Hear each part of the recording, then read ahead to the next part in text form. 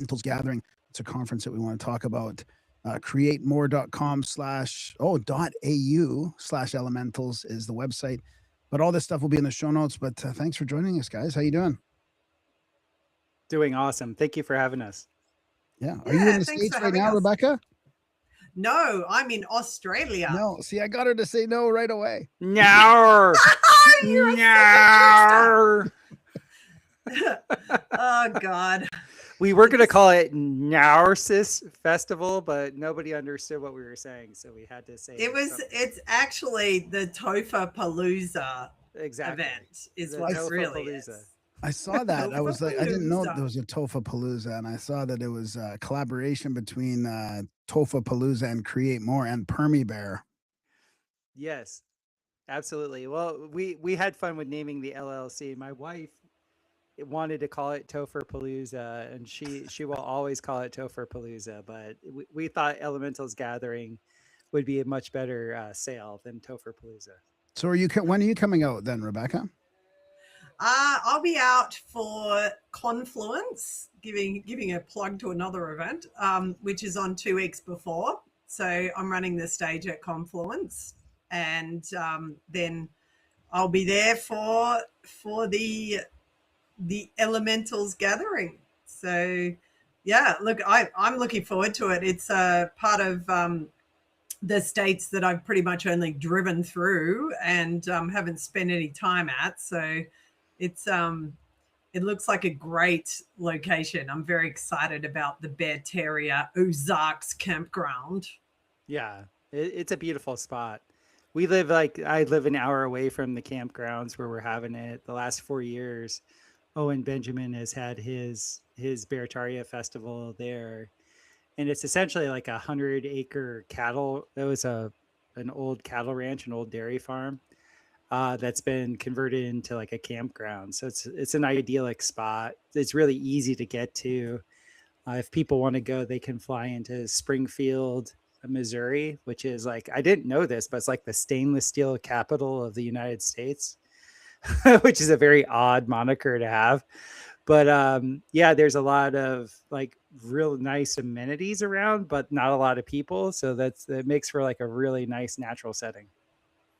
That's great. It's better than the aluminum capital of the world. Right. That's true. That's true. Or the mosquito cap. I've been a part of so many music festivals where they just call it the mosquito capital of the world. Like this, not good. Funny, I was looking at the map. I always like to look at the maps and stuff when we're talking about locations. And I zoomed in as a Gardner. I saw a little town named Gardner, and I'm like, I wonder if that's got something to do with Topher and like family name or family is right near there. I think Oh, it there might have been, is? yeah, I think it might have been in Kansas though, right near the border of Kansas or something. Now I can't find it, but yeah, there's a little town named Gardner there. Yeah, I have like a whole side of my family I never knew. It was my dad's father's brothers, and they were proliferators, the procreators. And I've been all around the world, and I've met family members with the last name Gardner. Wow, And like when we draw it all back, we're like, oh, you and I are like a distant cousin or whatever. It's just like, whoa, it's kind of funny how that's that pretty works in cool. life. Yeah, Gardner's a Actually, pretty no, go ahead. Gardner's a pretty common name amongst black people. So when I was coming up in sports, like the black guys used to have so much fun with that. They used to be like, oh, Gardner's a black guy. But yeah, there's plenty of us white Gardners around too. He can't. He jumps like a white man, but he's named like a black man. I was a kicker for a reason. I have no ups. Funny, synchronistically enough, there's a Fort Scott right there too. So, Oh, and the other weird thing is we did a show earlier today at a farmer that might fit right in with that kind of thing. His name was Todd Elliott. He wrote a book called The Cunning Farmer: Agrarian Magical Practices, Mythology, and Folklore. It was quite fascinating. that sounds cool. Yeah, and he's right. He's like in Kentucky, I think. So the next state over. Oh, Kentucky has a lot of really cool people. One of our speakers, Chris Winters, he's right on the Tennessee Kentucky border. And we have a bunch of people that bought tickets that are coming in from Kentucky. Kentucky is a very underrated state with how beautiful it is, and like all like the quality of food you can get there, the quality, just the quality of everything that you can get in Kentucky, a lot of people don't know about.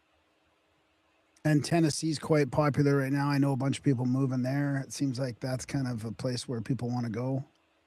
Yeah, Tennessee is amazing. It's a little too overpopulated for us. When we were moving back from to the States from Costa Rica, we looked at Tennessee, but very briefly because the prices there were just skyrocketing. It was just like, oh, we can it outpriced itself very quickly. My family, I actually have family from Tennessee, and Eastern Tennessee is like a little bit untouchable from a price point perspective, but it is a very pretty state. Also, it has so much forest, so many rivers. It's very nice. Also, Do we want to just talk about you guys for a bit before we get into the event? Rebecca, do you want to tell us a little bit about your interesting history and your work? Well, I guess I'll start at my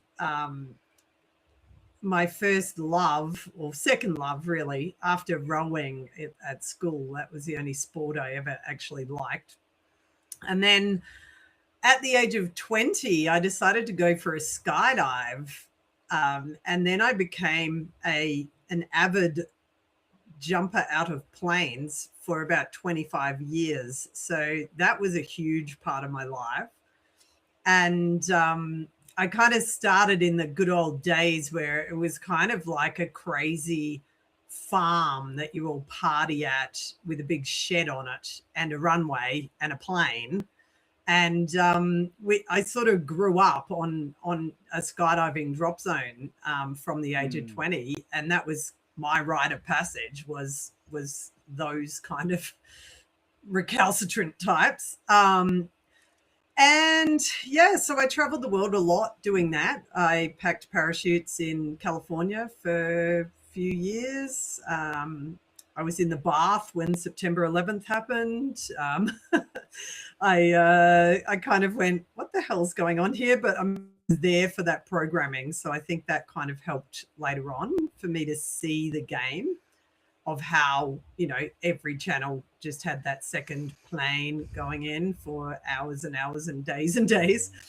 And then, yeah, I've just traveled the world a lot, finally got some form of education to help my family feel better about my choices.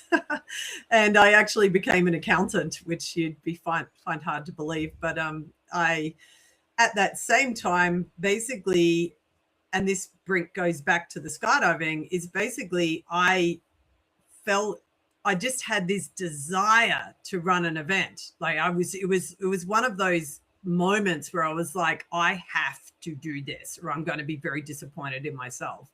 And so basically I started a film festival that was a short amateur film festival based on extreme sports. So with skydiving, pretty much because you're only there for 1 minute, as with the other people in free fall, and then you open your parachute, you fly to the ground, etc.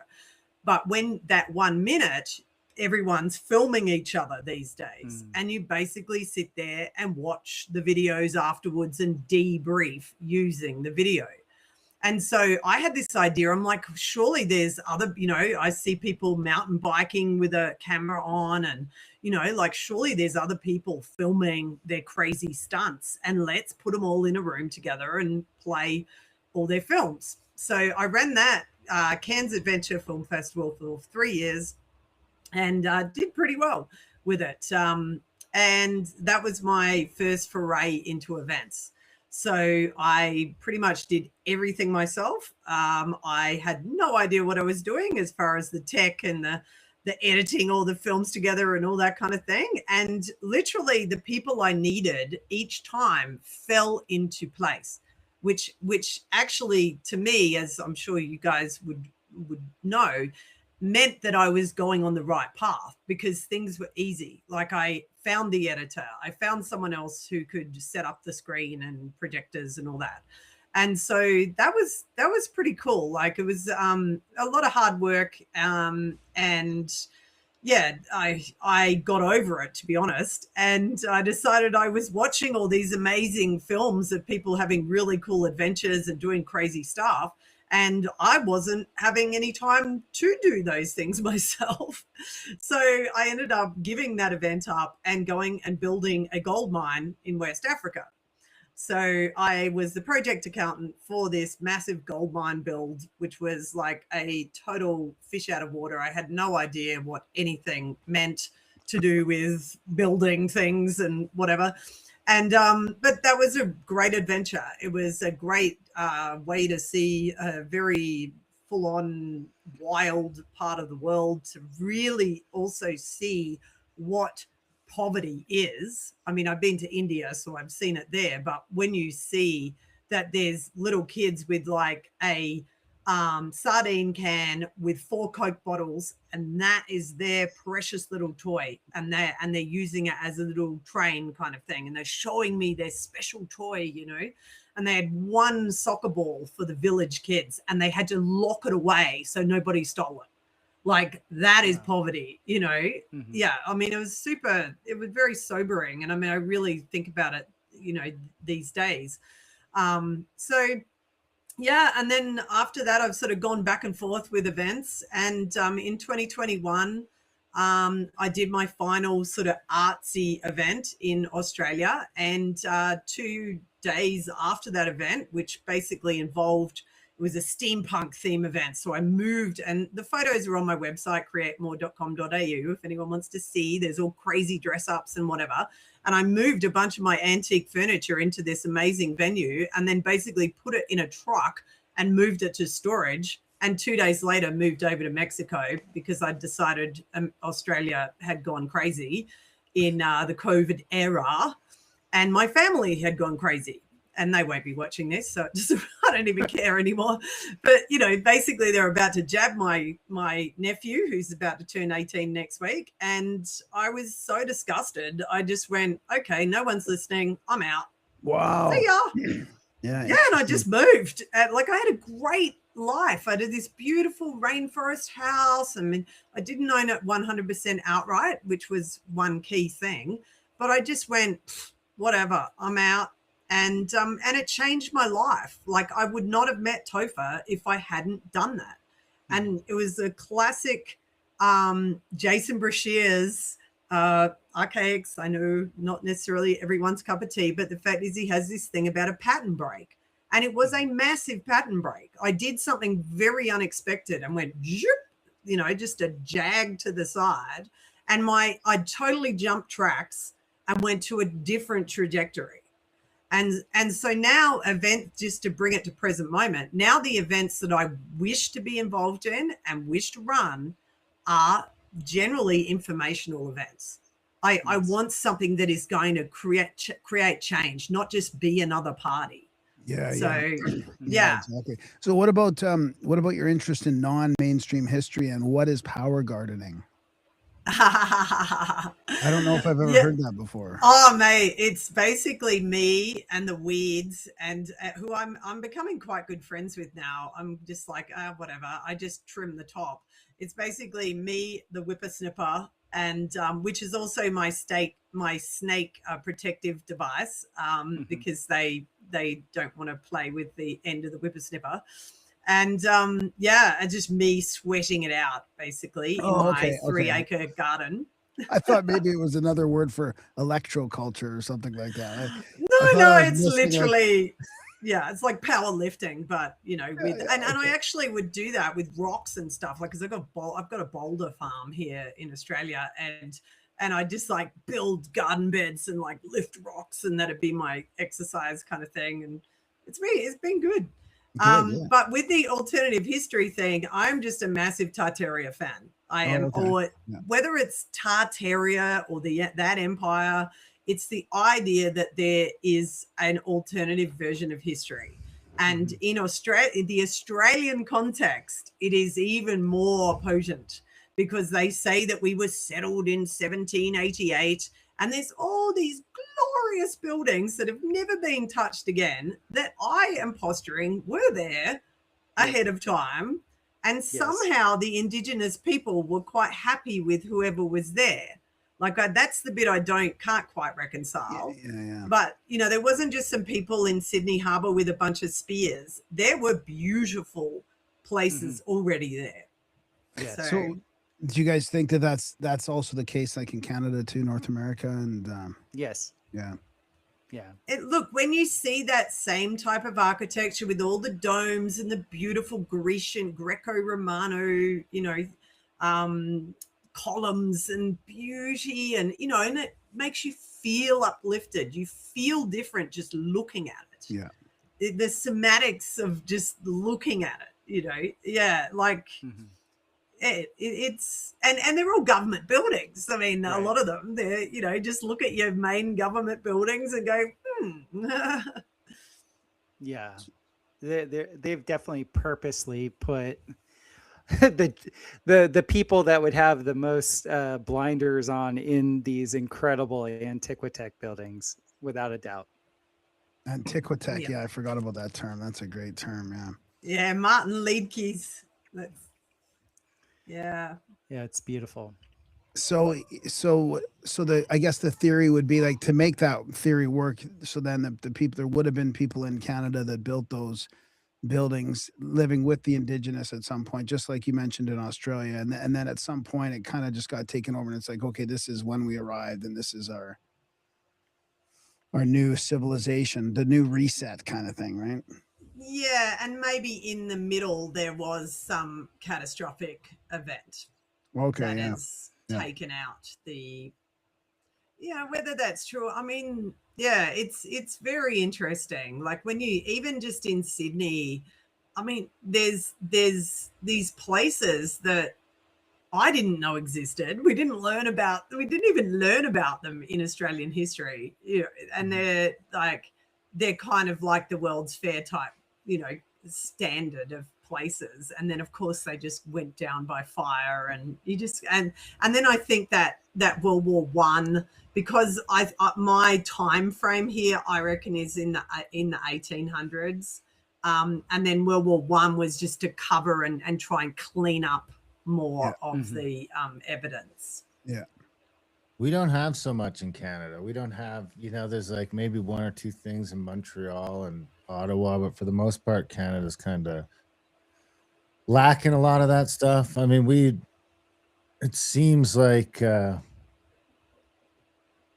lot of that stuff might go back further than just a couple hundred years when Canada was still kind of cold and not as good. It seems to be more like a southeastern USA sort of thing. We had some guys on where they were finding some buildings down in Pennsylvania, places like that. But once you get up north, it seems like the ice and the water, or the ice and the snow, is probably a bit much, depending on how far back you want to spin it.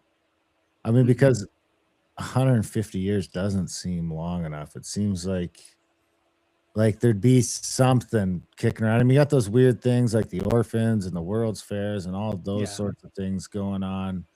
But it seems like for a couple hundred years, there'd be more ripples left over. There'd still be something. I feel like there'd still be some sort of, whether it was people who just weren't into it and hid in the bush or did this or did that. You'd think for like 3 generations you could figure it out. It's like if they showed up here today and they were like, hey man, we're starting the new world, or you're fucking out of here, a few people would figure it out and eke out and be Alex Jones and some shit. Or maybe, I don't know, Graham kind of agrees with that something happens in the 1800s as well, but I think I spin it back a little bit farther than that, where you've got giant chunks of Rome that needed to be excavated, and that's kind of the real. I mean, you could consolidate that timeline and bring Rome closer to the present time. That'd be one way to do it. But the main thing to me with that Tartaria stuff is that Rome seems to be buried by 40, 60, 80 feet of dirt and debris. That there's really nothing in our historical timeline in the last, Rome got sacked in what, 5? So Rome got sacked like 1,500 years ago. And it got buried somehow between then and Mussolini, got buried under 60 feet of rubble. Either that or Rome was sort of getting buried while they were doing the Roman thing, but Roman history is supposed to be pretty steady, and they've got a pretty good handle on things. They go from they go from democracy to empire, republic to empire, I think around the turn of the century. I had studied Anatoly Fomenko like close to 15 or 16 years ago, and the big thing that he posited in his work was our population is way too small for as long as they say the new common era is. He said even with all the death and the war and all the things, we should literally have 20 billion people on the planet. And so he essentially looked at all the stories and mathematically computed that most of these stories are doubles, if not quadruplets, of the same event. So it's very well known that most of Western history was rewritten by the Scaliger's, the Jesuit historians. And so the evidence, like we're talking about Tartaria, we're talking about like literal buildings, whether they called it Tartaria or not. I am a builder. I come from a family of builders. I am one of the people that can consciously and in an educated way talk about geopolymers, which is Roman cement. And I will tell you, logistically, with the historical narrative that we're given, with the size and the mass of a lot of these buildings in North America, in Europe, even where I was in Central America, there's no way the timelines match up relative to the population numbers, relative to what they were saying those geopolitically was happening at the time. And from a what do they call it, sociology perspective, it only takes 3 generations to erase something. 60 years. And I did a poll. I have about 3,000 people in my network, and I did a poll. How many people knew within their family where their great grandparents came from? And over a third of them, they didn't have a record of the great grandparent where that lineage went before that. So that's not even getting to the turn of the 20th century. That's not even that long ago. That's like literally the greatest generation time. Yeah. That's amazing. And they're already rewriting history right in front of us. Like, who knows what in 20 years my kid is going to be told in wherever about the COVID time. Like, history is always written by the victors. And that's why I've personally leaned on common sense. As somebody that builds, that deals with logistics, that deals with getting heavy things from one place to another and then erecting them in a geometry that will last. When I look at some of these buildings, I was like, there's no way that people that were fighting a 2-front war, that were running their own homestead farm, had any time to go quarry this rock, let alone place it and do it perfectly where it never breaks and never goes. And before I even got into the Antiquitech Tartaria thing, I was in the world of geopolymers and Roman cement and lime concrete. And I will tell you, there are books dedicated to trying to repair these old buildings. And all the stuff we make today doesn't do it. It can't fix these old buildings. The cold joints, which for those of you out there that don't know, that's when you take new cement and try and attach it to something that's already cured. They have all these buildings that have these little, fascia cracks and stuff like that, and they'll try and patch them. And those patches will come out. Like, all of current day masonry is dedicated to try and fixing these old structures. And let me tell you, they're not any good at it. So being in the field and being in the know of that, it's just no. The consciousness, the geometries that were used, a whole different thing, much higher level of awareness. And Also, when we look at physical systems, all physical systems end up having entropy, which means they degrade. So as you get older, yeah, your mind might get sharper, you might spiritually evolve, but your physiology degrades. It's the same way in nature. Like, we're not at the pinnacle right now. Building these like tall monstrosities of glass and steel that they won't last 100 years. My mentor in dome building, he was a skyscraper builder in Tehran, Iran, in the 80s. In 1981, when they got hit with I forget how big of an earthquake it was, he watched a bunch of the buildings that he built just be obliterated. Wow. And so he went back to his family's lineage of dome building, because domes, these shapes that we see in these incredible old structures with these walls that are massive. I mean, what do they say? The Philadelphia City Hall, they tried in the 50s to knock it down, and the city commissioners like, this would bankrupt the state to try and knock this building down, because the walls on average were over 8 feet thick. What? Who just builds walls that are 8 feet thick? I build walls in modern day. Yeah. I build walls that are 2 feet thick, and my clients are like, why do they have to be that big? Oh yeah. Like, so it's amazing. It's once you actually have an eye to see it, it's just like my lunch break breaks it down better than anybody when he shows the algorithm of the lie. Have you guys seen my lunch break on YouTube? Oh my goodness. He now has like over 250 different little clips where he shows the algorithm that the AI uses to lie about things.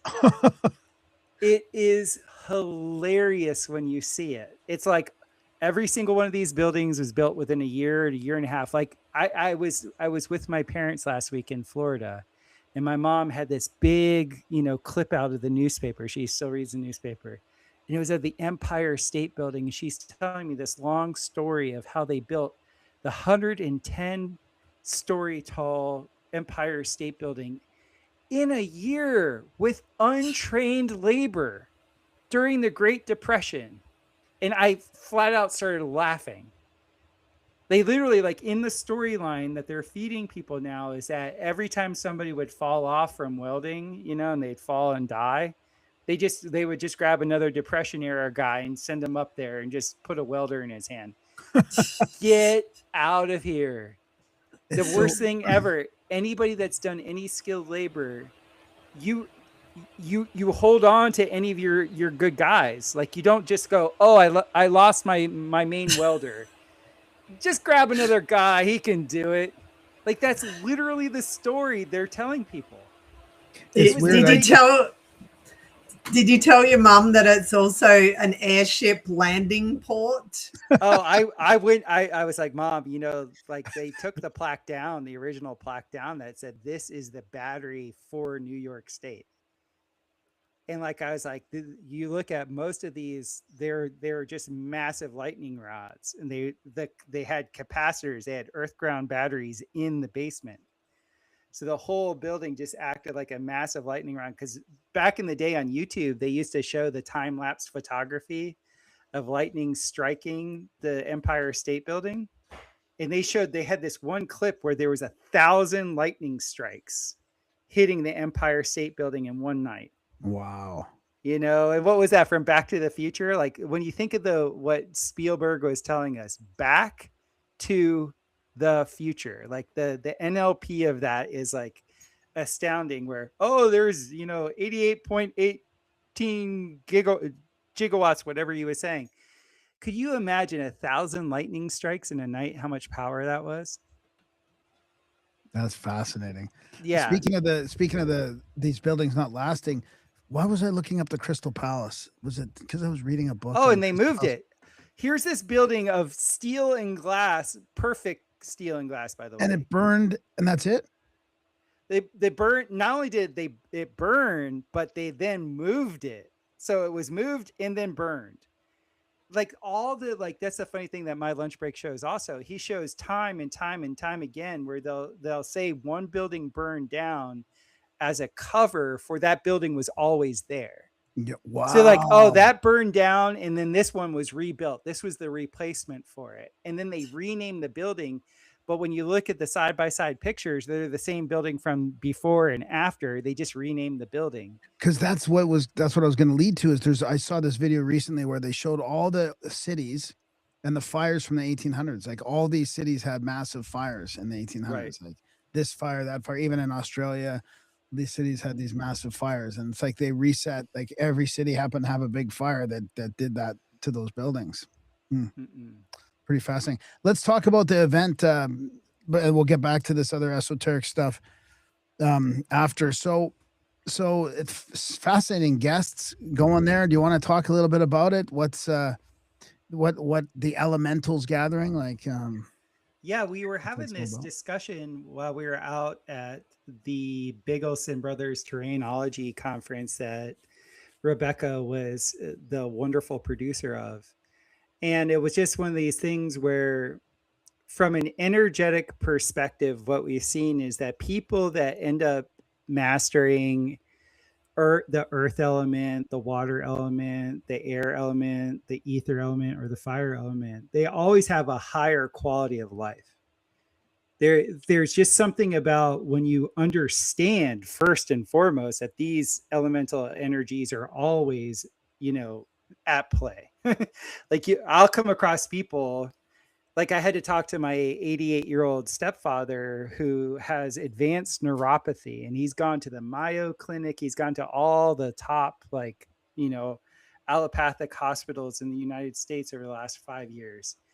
And he's beside himself because he can't walk anymore. And so I said to him, I was like, I know I'm a hippy dippy redheaded stepchild to you, but in all my years of practice, I literally, the main thing I do is I ground people, and that corrects their neuropathy. And here's a man, highly, highly educated, been all over the world, like crazy intellect. And no one within his circle of allopathy had talked to him about grounding as pain relief for his neuropathy. So I get him to go to the park and just put his feet on the ground, on actual real ground. And his pain starts to go away for the first time in 5 years. Wow. And that's what we're talking about with the elemental energies, is like God is always providing us the elemental energies. Like I said, like I named them before. And when you learn how to interact with them in a syntropic way, your life just gets better. It increases the quality of your life. And so every one of our guests that are going to be speaking, they've all mastered at least a couple of the elements. And that's sort of what you actually see within our speakers, is that none of us have mastered them all, right? But we have a couple in our wheelhouse that we know really well. And for example, for me, I'm fire and earth because I deal a lot with, building, and I deal a lot with fire, and I make soil. So that's earth, right? So that's like me. But somebody like Owen Benjamin, he's a comedian, and he's somebody that's very good at actual rhetoric. So that's more of the ether or air element. You have people like Matt Presti, who's an incredible mind in the Russellian world of mathematics and all this other stuff. That's very etheric. You have Dr. Moshe Daniel, who's this incredible alchemist who kind of combines everything in such a wonderful way, but the way he actually uses the water element is out of this world. Just everybody that we have speaking, we have Dr. Andrew Kaufman, who's incredibly he's his forensic nature is the epitome of somebody who's grounded. So there's all these different people that we have that just have this capacity that when they communicate, if you have an educated ear, you'll actually understand that they're imparting an elemental energy when they actually communicate what it is that they're trying to tell you. That's fascinating. What do you want to talk a little bit about some of the other guests too? And is it a campground thing? You mentioned this campground thing, right? Yeah, we're on Owen Benjamin's property in the Ozarks. So we're just outside of Springfield, Missouri. It's this nice 100-acre campground. That's where they've been having the Barataria Times Oh, okay. National Festival every year for Okay. the last 4 years. So it's a well, it's a well, I guess you would say, um, configured land for having festivals. That's just the best way of saying it. And it's central in the United States. So our guest speakers and all of our guests that are coming, it's not that difficult to get to. In fact, we have a bunch of people that are driving in from the East Coast, driving in from the West Coast, because not everybody likes to fly. So it's actually that central location was the main reason why Owen picked it to buy it, and I just happen to I live an hour away from it, so it's convenient for me. And since Rebecca had the great idea for this festival to kind of be centered around my verve for the people that I have on my podcast, um, her and our other partner Adam, we were all kind of just talking about it. It was just like it's so easy to get these speakers to come out and actually speak about this because all these people actually live what they're talking about. I mean, you guys have been in the media scape for a long time. So some of the people that you talk to, they're not living what they're communicating. Yeah.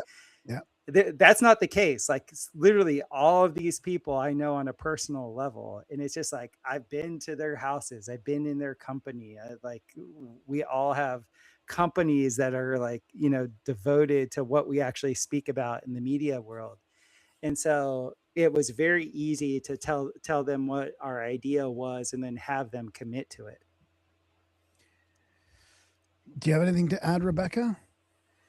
Well, it's actually been really hard to nip it in the bud. Like we've had so many offers, and like Topher's like, but and then I'm like, but can I please have Steve Young, who we haven't mentioned? But I'm like, I haven't mentioned all of them. We'll get to mentioning all of them, but no, yeah. it doesn't matter. But it's more like I am really, having been involved in quite a lot of freedom conferences now, I just really wanted something with that theme, the elementals gathering, the theme of the elements, like to just dial it in. And it's not so narrow that you can't have legs for future years, but I really feel like it's, instead of, it's all solution focused, 100% solution focused, but it's also that embodiment and that earth connection, and that, I think that's what is so important.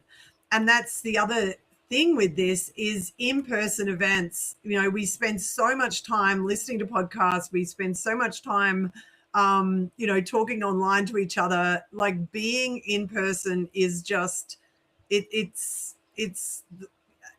the way forward for people to really be connected. Like afterwards, you got these lifelong friendships, and see them at the next year's event, or you might see them at conference, and you're like, wow, there are some amazing people all around the world, And so I think that's a big part of it for me. But really, the theme of the elementals, and I mean, I'm also a lady whose internet might be breaking up, but I'm really interested in the elementals, as in the unseen, the feeling that you are connected to something, like talking to earth elements and really feeling like, I've had a few very interesting experiences. I live on a property with nature just running, native animals running around. I don't have a dog for a reason, to make sure the wallabies and the kangaroos and the goanna and the everything else can kind of come and go without being chased away by a dog. And like I've had some really interesting interactions with those native animals. So yeah, I feel like that's a part of it from my side as well. That's wonderful. Darren, you got anything? What I'm just thinking about this dog. I mean, most people would need that for protection, but all the wallabies, I always find it funny that creatures that are roaming around Australia Wallabies? I mean, honestly, it's kind of the Australian shit is kind of lame from my perspective. It's like you got the kangaroos and the wallabies, and then everything else is kind of fucking not so cool to be hanging around with. It's You gonna know, try My to junior kill high you. school, they kill all the animals team I name, kill. wallaby. It was In we were the Australia. Westview Wallabies in junior high school. Now that I think about it, That seems weird. yeah, doesn't it? For a Canadian junior high Because school, isn't a wallaby just like a? It's kind of like a. It seems kind of soft, you know, like not something you'd say. It's like naming your team the Pussycats or something. Am I wrong about that, Rebecca? Wallabies are kind of just like little doofuses, aren't they? They're very agile. So I actually am building a house down the other end of my property, and there is a pile of hempcrete blocks, and the wallaby is basically sitting on top of those and doing its poop of approval and I've told the builders, I'm like, the building inspector's going to be here while I'm away. And they're like, what are you talking about? I go, that thing, the wallaby. So they're amazing creatures. They're so fast. They can just hop down the gorge rocks, incredibly fast. And yeah, and I definitely disagree with you about the other creatures. Like, as I said earlier with the power gardening, the whippersnipper versus the most venomous land snake in the world, the taipan. The taipan is not showing itself because I get out the whippersnipper and and it's like nowhere near. So you don't have any like interaction with those sorts of things, really. They're not at this point. And this is the thing. I see these interactions to actually be a message.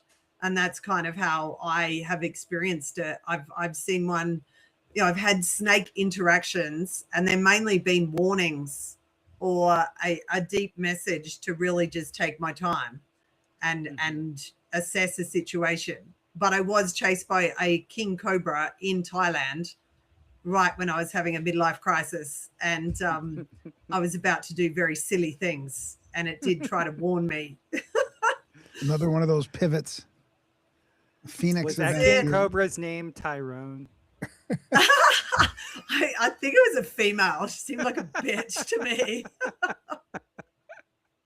What are can you sort of break down those elements you were talking about and how they how each one, what the sort of what the fortitudes of Attributes? each one are, the attributes? Yeah. Were you asking me or Rebecca? Anyone? Okay. Tofa, go Tofa. Okay. So I was trained in Ayurvedic massage, and in Ayurveda we go into the doshas of people, which are the elemental, essentially the attributes of different elements in a person's body. So I love this. I absolutely love this whole descriptor set. So somebody that's fire, or the fire element, is that which changes one thing to another. So whenever you see fire, whenever you see like wood that's on fire, it's the gas of the wood that ignites. And then what you see is you see a transformation of the solid into some sort of ash. And fire is that which emits heat, it emits light, and it transforms. So when you're around a fiery personality, that's exactly what they do. I embody the fire element. I'm very rajasic in my that's a Sanskrit word for being fiery, but like having an energetic, where when there's communication that occurs from somebody that has the fire element, there's some sort of transformation. It's not necessarily comfortable, by the way, as you might be able to tell. Then that's the fire element. Then you have the earth element. Earth element is very stable. It's known as being tamasic. It's the energy of like when you hear somebody that's communicating from the earth element, they're giving you roots. They're giving you a stable platform to sit on. So it feels very different than talking to somebody that's rajasic or of the fire element. When you're around an earth elemental person, they're going to usually have a lower tone in their voice, and just the cadence in which they speak, you're going to feel like you're planted. Women love men that have the earth element in them because they feel safe. You're always, it imparts the safety aspect. The fire aspect in somebody's personality is exciting and it's titillating, but it's not necessarily safe. Whereas the earth element, when people hear somebody that's of earthy tones and somebody who communicates from the earth perspective, they're stabilizing you. They're giving you this Grounding. this grounded, exactly, this home.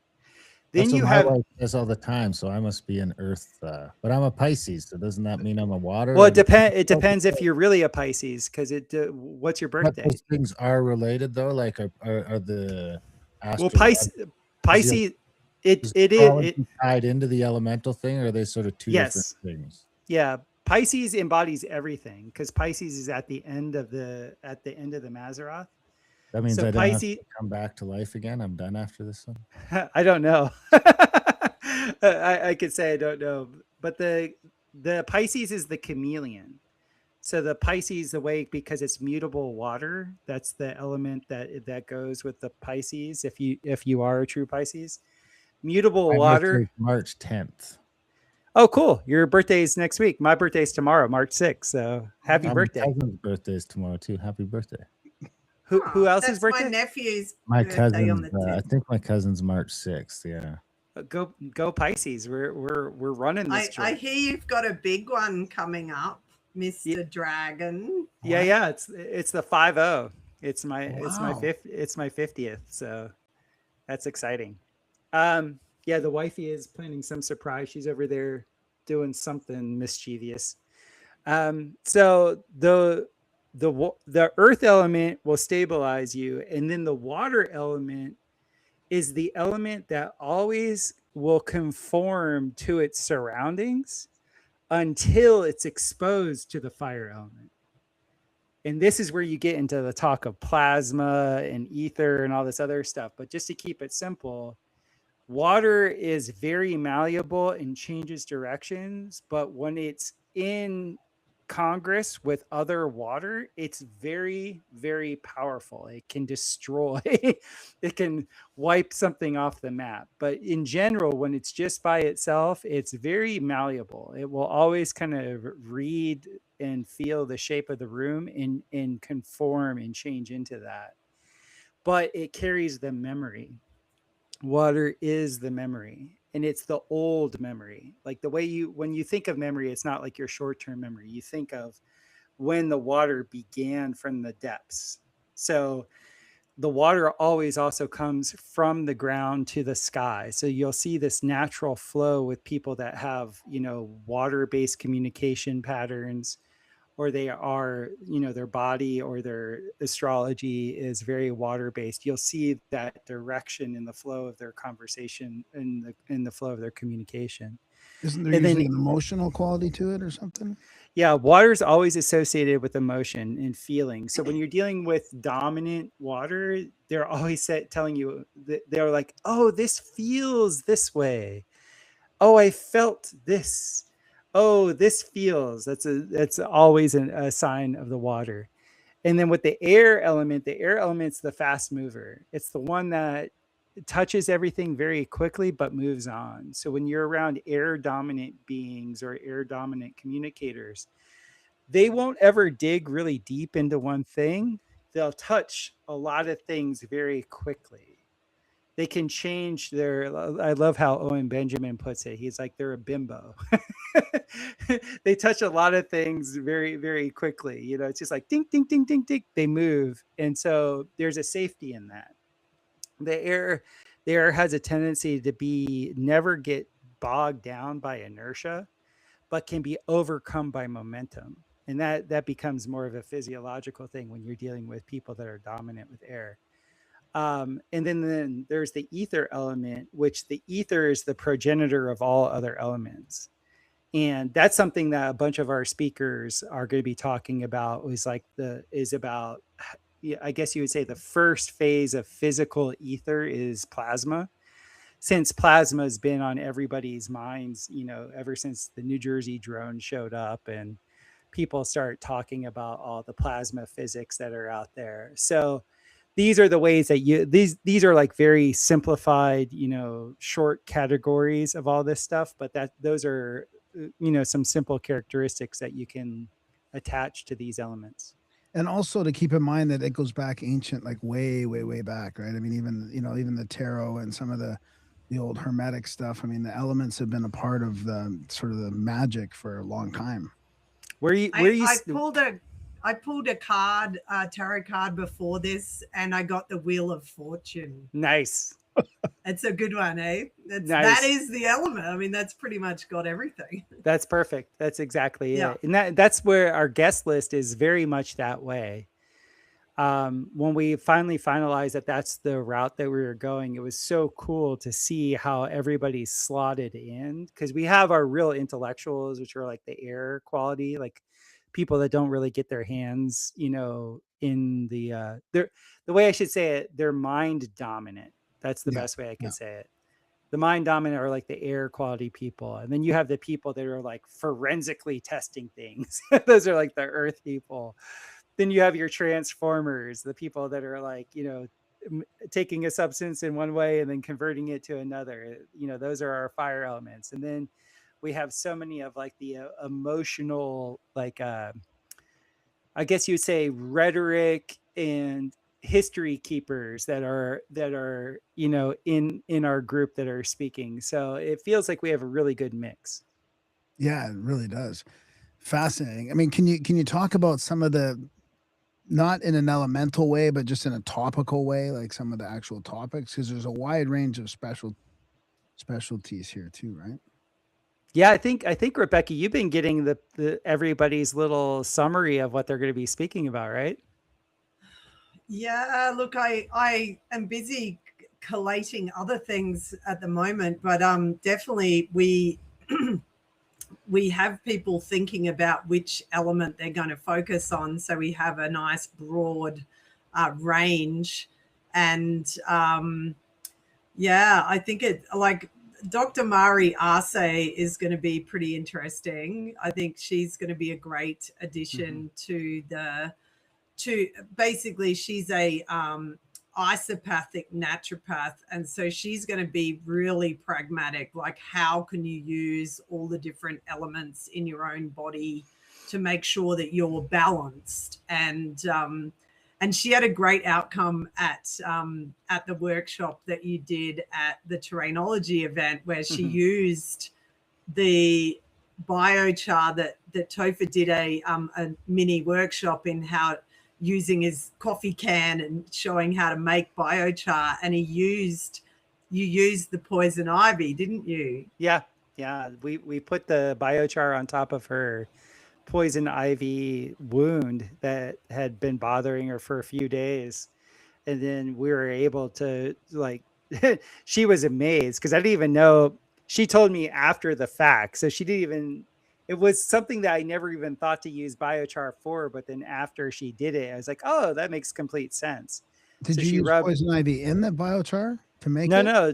She had gotten poison ivy because we were in a wooded area, and she had gotten, just a little portion of her arm had gotten it, and she had been trying other things. And then I made the biochar, and she put it on, and it alleviated all of the itch and the pain.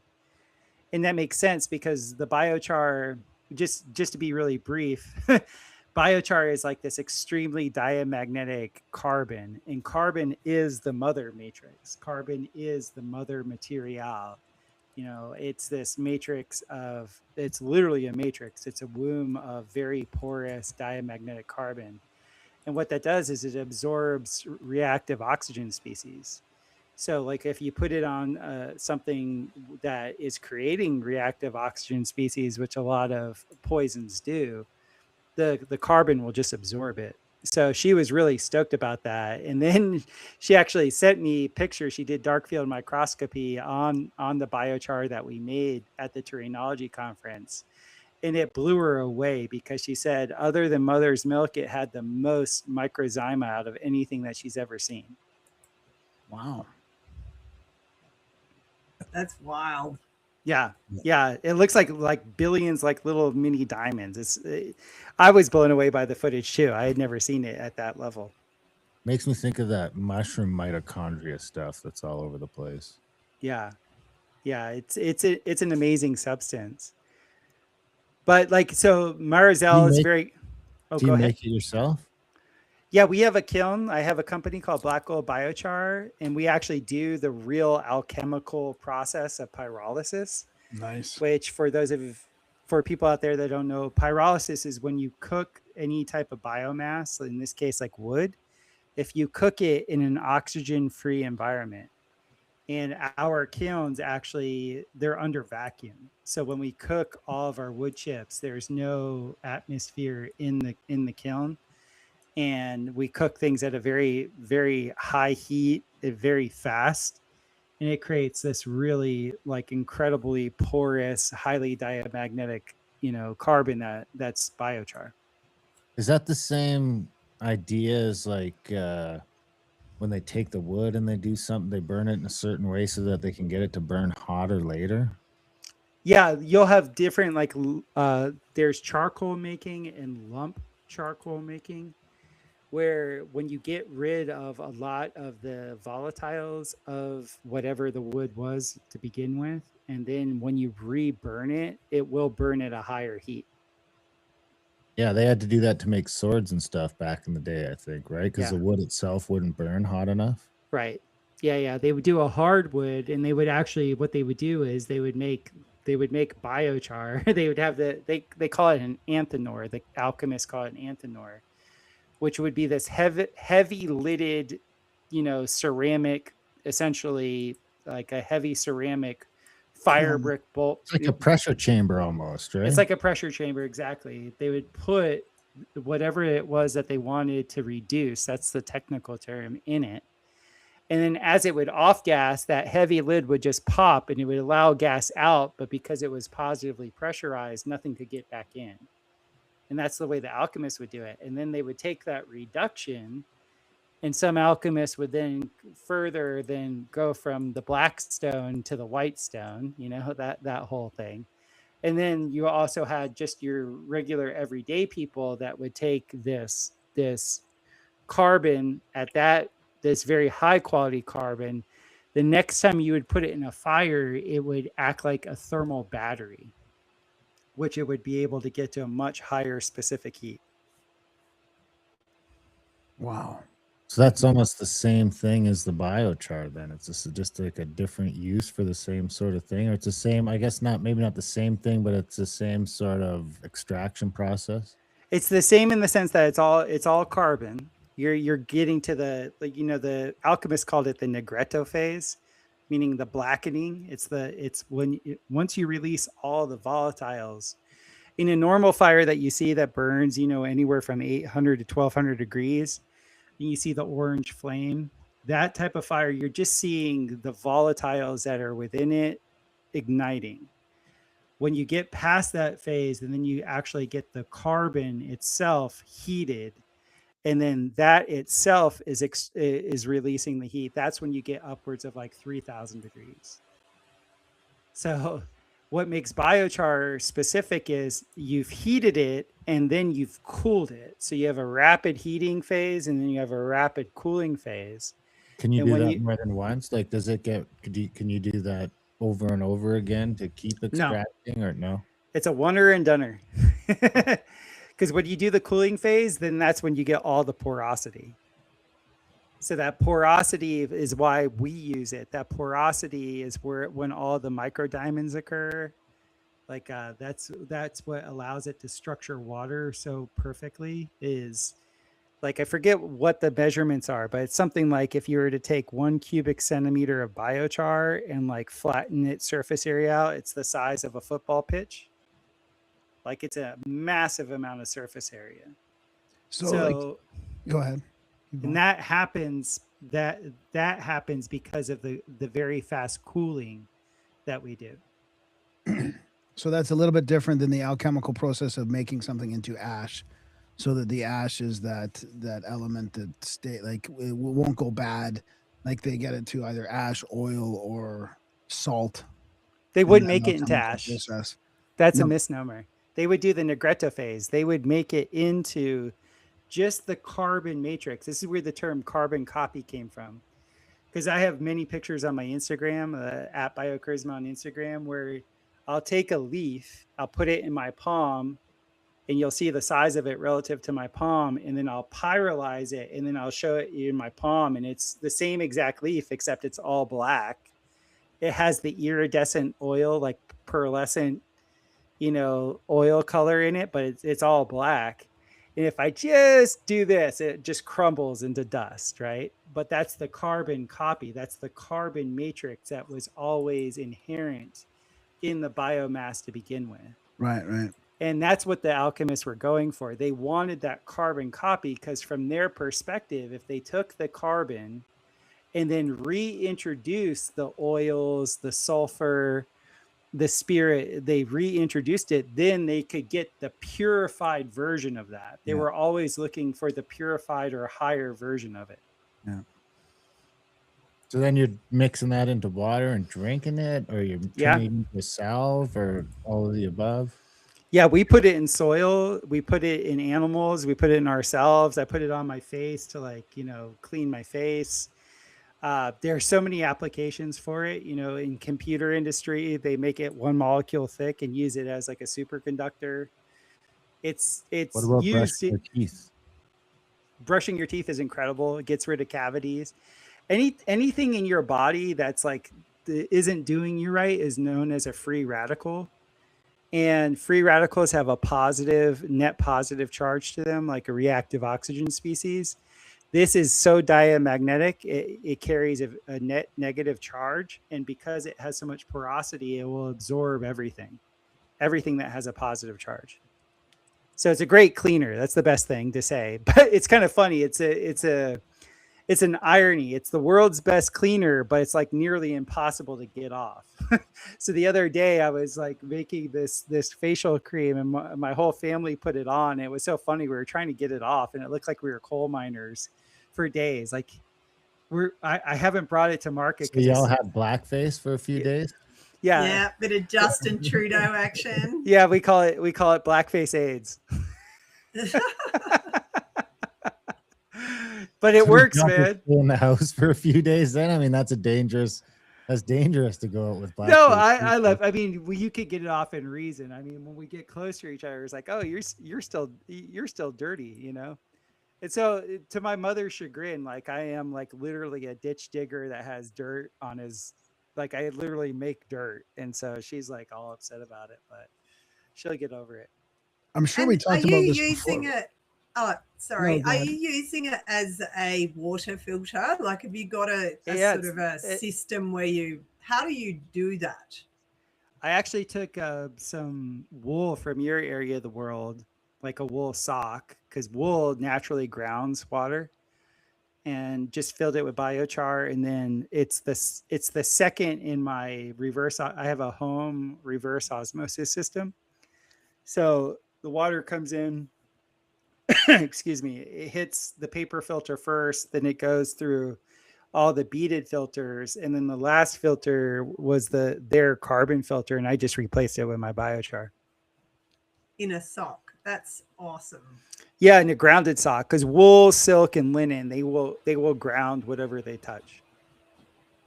And how often do you replace the biochar in there? Do you just leave the same lot, or because it doesn't? I checked it last year when my system froze and a couple of my pipes I had to replace. I haven't changed it. Like it's like nearly infinite amount of surface area. Like I have it also on all my rain catchment. I just have the rain spout dumps the water right on the biochar, and then the water goes into the tanks. And so I just clean. What's that? What do you sell? What do you sell it in then? If I was to buy some, is it in a jar or something like that? We sell it in 5-gallon by volume sacks. So our sacks, our smallest sack of biochar. I don't know if you've ever bought like a grain feed or whatever, but it comes in those polyethylene sacks. It's a polyethylene sack with our logo and everything on it, and those are 5-gallon sacks. That's just 40 for pounds? the 5-gallon ends up being closer to 10 pounds. Okay. Because it's dry. It's dry. Because it's so porous, it's actually not heavy. So usually those sacks, we sell those, and then our business to business arrangements, we sell by the ton. Wow. Yeah. You ship to Canada? We do. We Yeah. do. Yeah. We have a Canadian distributorship. Pretty much How all long of does it North take to make America, a but we ton of can't that? send down to Mexico for some reason. I don't know why. How long does it take to make a ton? I mean, how big's your kiln then? We process 90 yards a week. So that'd be 90 of those big bags. Yeah. And how much? And so those are almost a ton if you fill them with dirt. Yeah. But I So- shouldn't have, it's not a ton by weight, it's a ton by volume. So Oh, each one of those sacks ends up being like 700 or 800 pounds. so You did a pretty good video a few weeks ago that you posted in the facility, and you're walking outside and stuff and showing where the wood mill's over there, and that was pretty cool. Yeah. It's the first thing tagged on my Instagram that you can see. I just did like a 1.5-minute walkthrough to show the facility, but our kiln is about 60 feet long, and we have a wood mill right next to our kiln facility. So the wood mill, it's processing all the logs. We have this massive like industrial chipper that takes all the cutoffs and chips it all up. And then there's a conveyor belt that then comes in and feeds into the top of our kiln facility, and that conveys down into the kiln. The kiln is mostly their scraps then, it sounds like. Yeah, we're converting all of their wood waste. That's you're why not using good 2x4s, you're using the No. shit they're gonna throw out anyway. No, we want to use all the our kiln was configured to process wet wood. So we're using all of like the bark, all of the things that you would never see in a lumber store. Wow, that's awesome. And then What's what were you the saying about your? Wait, no, what's the market? Because obviously there's this health stuff we're talking about, right? It's good for the water, it's good for your skin, it's good to treat things. Poison ivy. But no one's buying a ton of it to treat poison ivy. So is that like a distribution to someone who's splitting it up into smaller products, or is there some other? Is it like a giant compost sort of thing where it's being used in agriculture? We're selling to everybody. We are white labeling also. So I have 6 doctors on the dole right now that are going to be making their own, activated carbon from our biochar. We have a couple cosmetic people that are testing it, but like the problem I brought up before with the blackface is it works great. Nobody denies that it works. It's just like getting it cleaned off of your face is a challenge. Let's It's just kind put of it like at charcoal, right? I mean, it would be like it would rub on. it's deeper than charcoal. Yeah. It's like, especially when you mix it into an oil and then put that on you, it's like, whoa. It's in the pores. But it's an incredibly effective thing. And then I'm also working with some people with some experimentation of using both diamagnetic material, the biochar, with paramagnetic mediums, and combining them and using them in full body. There's these very high-end spas that do mud baths. We would do like very specific type of mud baths. And then we obviously have like the agricultural world. And in the agricultural world, our biggest buyer right now are chicken farms and also dairy farms. I was just going to ask you what your biggest customer was. Yeah, because the chicken farms, it's amazing because they can like pay for the biochar pretty much every month by selling their chicken poo that has the biochar in it. So it pays for itself because the biochar, it negates the smell of any type of poo.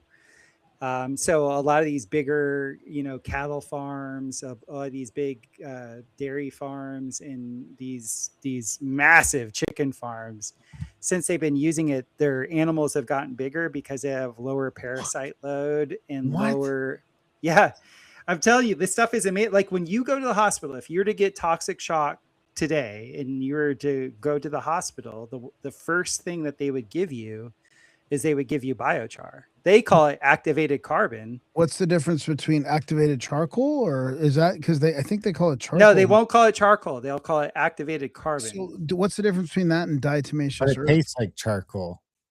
Yeah, it does taste like it. You're right. Activated carbon is biochar. So diatomaceous earth is a different type of.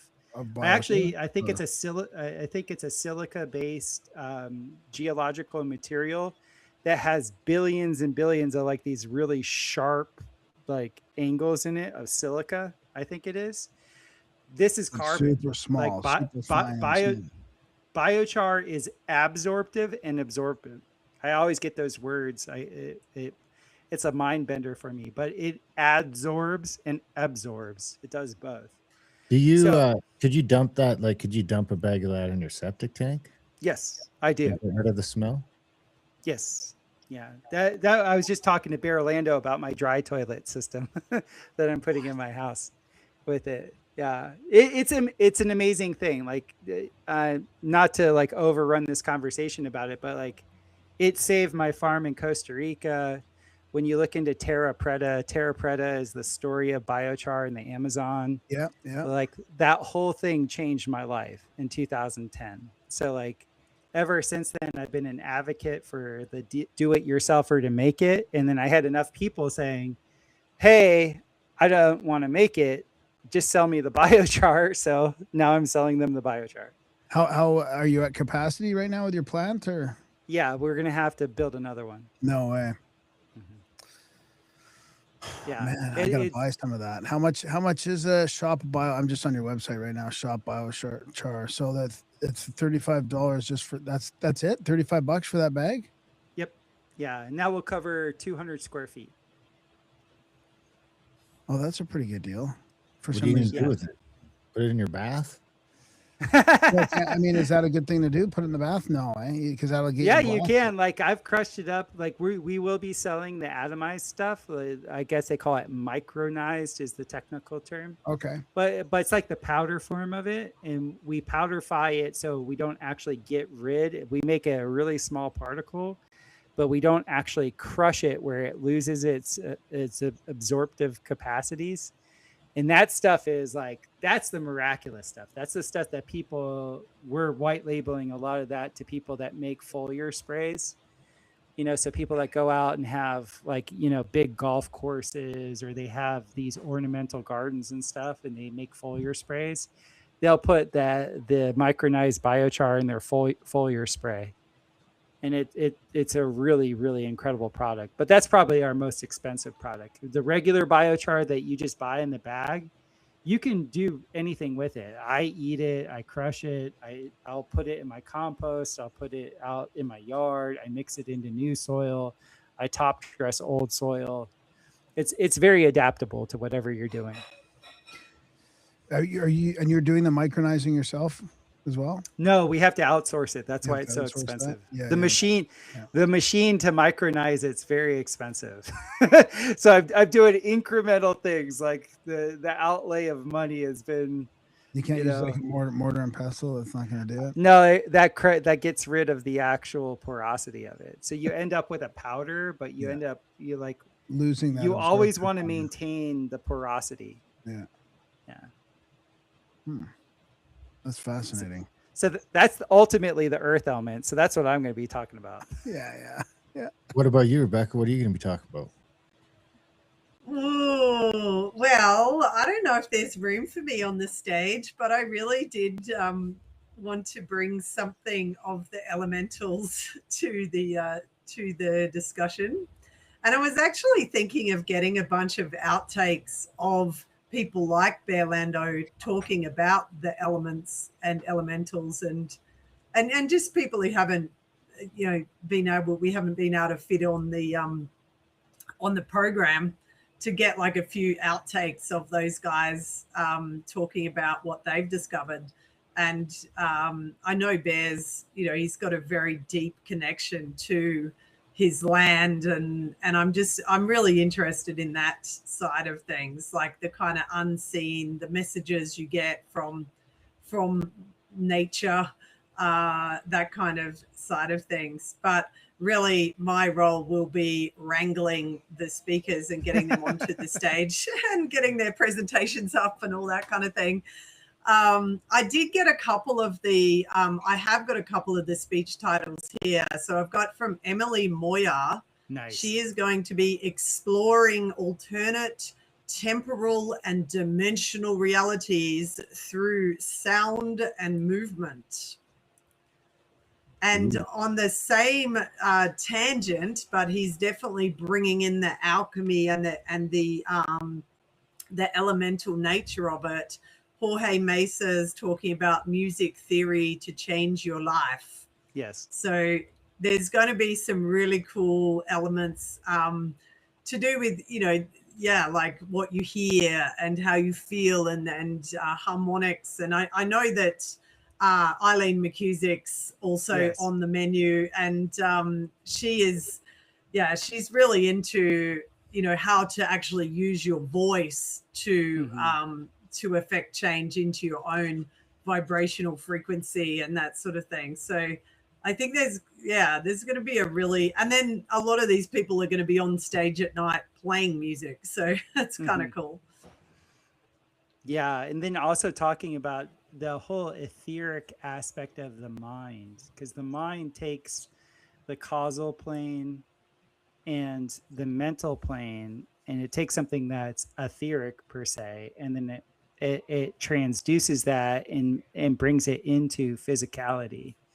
So people like Owen Benjamin talking about rhetoric, or Eileen McCusick talking about, the biofield anatomy, Chris Crutchfield talking about the biofield anatomy, where you see that we do have this etheric body that was taken out of the mainstream of education 100 years ago because our enemy didn't want us to know how to use it because they're using it against us.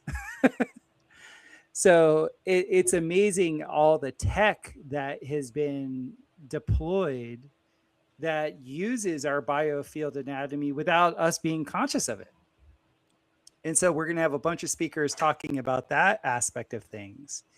And then the speakers that are talking about, from a more grounded perspective of how you can actually take all that noise from that deployed tech and like actually send it into the ground to let it go. Just like the biochar is the mother matrix that will absorb all your poisons. The ground, Mother Earth, she'll absorb all the noise. She'll take it. She loves her children. She'll just take it. And then we're going to be showing the air element of the patterner, the father sky, and show how to actually create this very old technology of like how you connect Father Sky to Mother Earth, and how we are the pillars that connect the two, and how that system is there to create these, like, you could call them isotropic bubbles of clarity amidst all the noise, the barraging noise. It just creates this field of clarity. And so these are the things that we're sharing. Like that's it. To me, it's a very big deal. It's like my life's work all kind of encapsulated into one thing. Yeah, it looks amazing. It really does. What's Kaufman going to be talking about there? The terrain theory and stuff like that, or do you know? That might be if that might be a trick question, or is it his normal? He is actually he's thinking about it. Apparently, his assistant told me that he's going to come in with his speech title and bio very shortly. And look, he's got such a breadth of information. It's a great question because it's really hard to know which angle he's going to take. Yeah, that's what's great about it is he's not, it's probably going to be something new that you haven't heard before. His bio here on your website, it says he's a recovering physician, which is a great term. Yeah. And he's a great person to have around. Like, and he's so much more easygoing than you'd imagine. Like when you see him interviewed, like in person, he's totally, he's still like, you can't talk crap to him. He's going to call you on it, but he's actually very easygoing and quite reasonably lighthearted, which is kind of nice. Yeah, he's really funny. Like I'm really glad that I'm getting to know him at the level that I am, because he's actually a really funny person. That goes a long way with me. How did this all start? How did you guys get into this? How did it Was this Owen's? Because it doesn't sound like it. Is this Owen's thing that you've joined Yeah. onto? It sounds like this is your own thing, right? So how did this all sort of come to be? Rebecca, tell them. Well, I was stage manager at an Acapulco in Mexico for 4 years, and Not at this that year, I hope. time, I got to know a lot of different speakers, and that's where I met the Biggleson, Adam Biggleson, and then I Uh-oh. I'd like to run an event in the States that's focused around terrain. And then I invited Topher to that. So, I think he realized I was a good egg because I lent him my fancy rental car and let him go get lattes. So yeah, I really enjoyed interacting with Topher because he's funny as shit and he's just joking all the time, and everyone's so serious. Like I've been around too many serious people, and it's like, yeah, you've got to get the nuts and bolts done, but if you're not having fun and it's all about your ego and you're busy, which I have had some interactions with speakers that are like that. Like I call them ego lollipops. They're just like a walking ego on legs kind of thing. And Topher just was not like that. And I really appreciated that he's willing to debunk everything he thought was real. And that to me is really important. And so anyway, we pretty much started it right then and there, but we were going to partner with someone else. And then she kind of pulled out and I was like, hey, are we still going to do this? Let's go for it.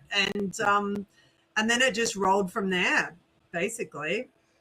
Yeah, and I was all stoked when that other person had offered her land, and when she pulled out, I've developed a really good friendship with Owen over the last 5 years, Owen Benjamin, and I've built for him, and like we're solid. And so I said, hey, Owen, like, people are like wanting to do this festival, and can we use your land? And he was game. He was like, yeah, sure. That's why I'm doing the land, I want the land to be used for like-minded people to have these types of gatherings, because the Barataria Festival is like very wholesome. It's like all family oriented. There's no drinking, there's no drugs.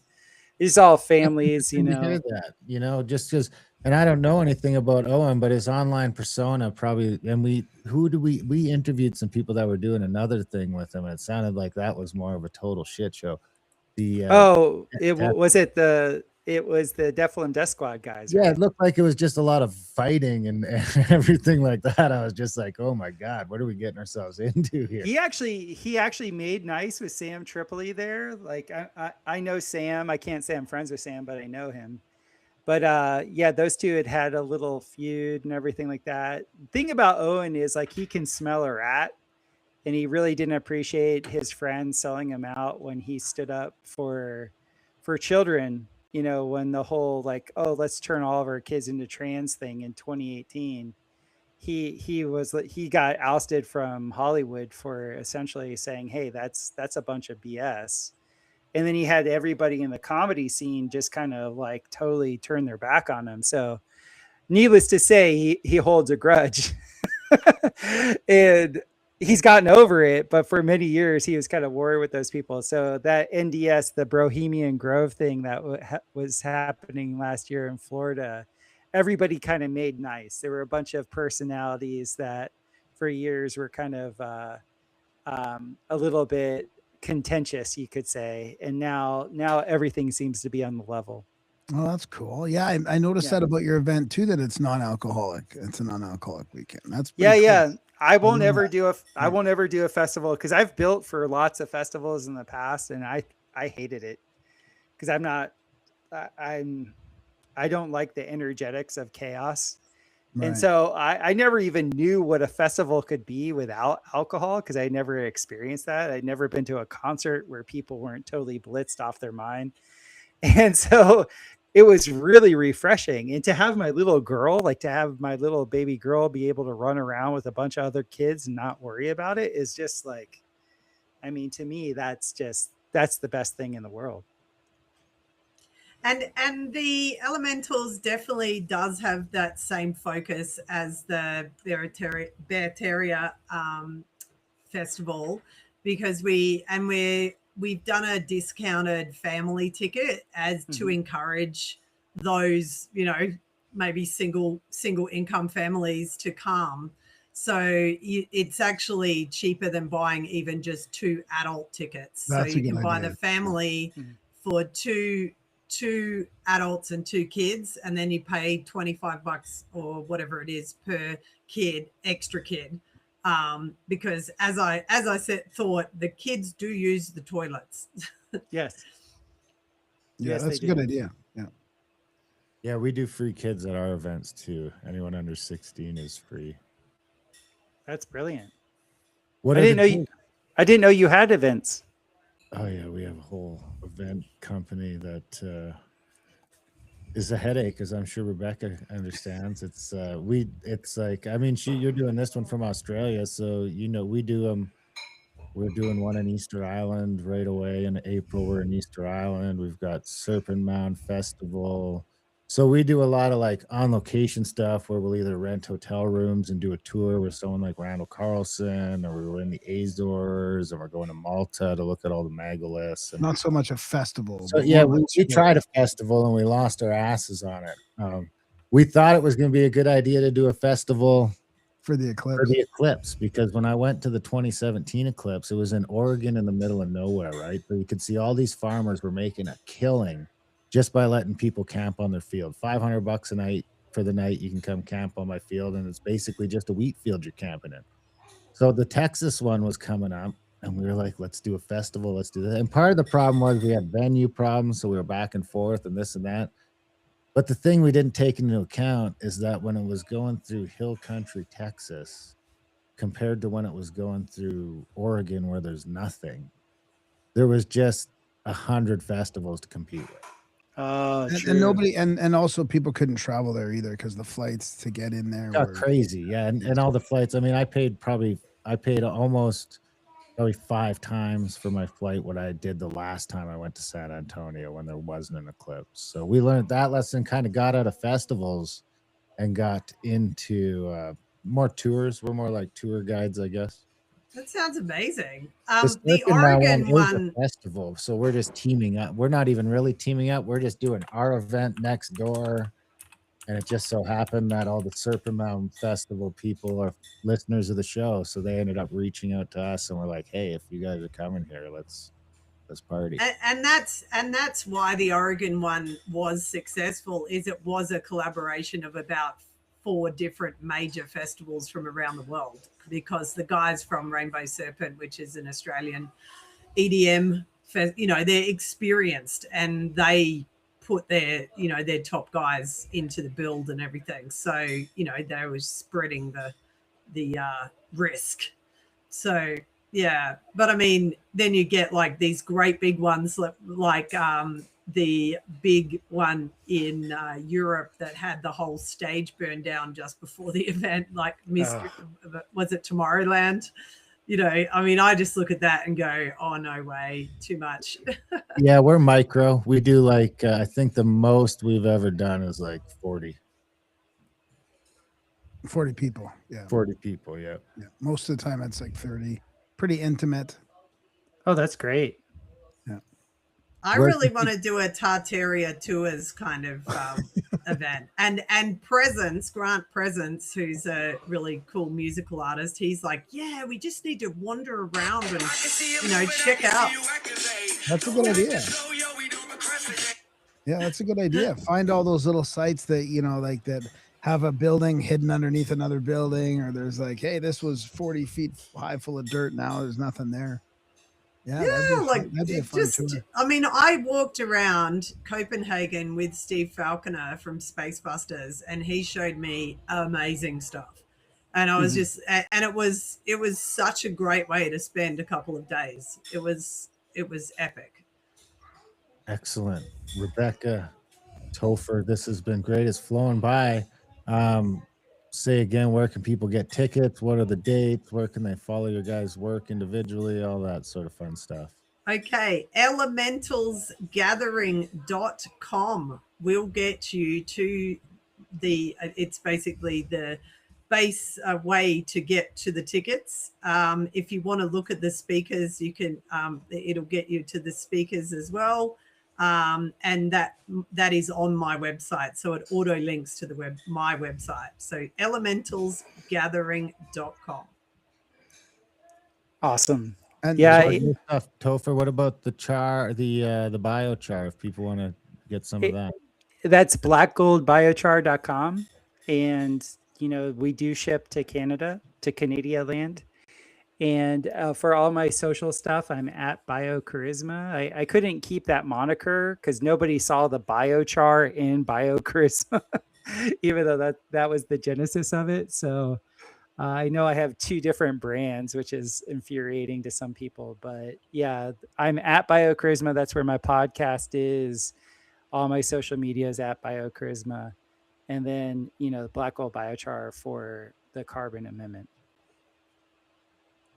Excellent. Thank you very much, guys. Awesome. Appreciate Thanks, you guys. coming on the show.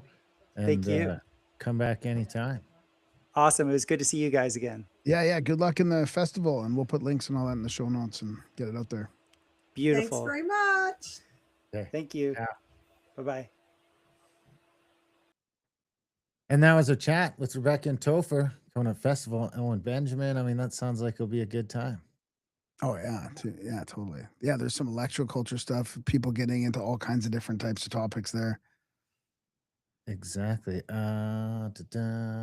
Well, big thanks to them for coming to the show. Big thanks to you guys for listening, for being our Plus supporters. Some of the live streamers got an extra show tonight because we couldn't figure out how to shut down the new software. So we'll figure that out in time for the next show. No more free Plus extensions for you live streamers. Anyway, check out GrimericaOutlaw.ca if you want to sign up for that. Plus, contact at thecabin.com for trips and events. Adultbrain.ca for all those audiobooks and everything else. All that good stuff. Other than that, we love you guys. Thanks for listening, and we will see you next week.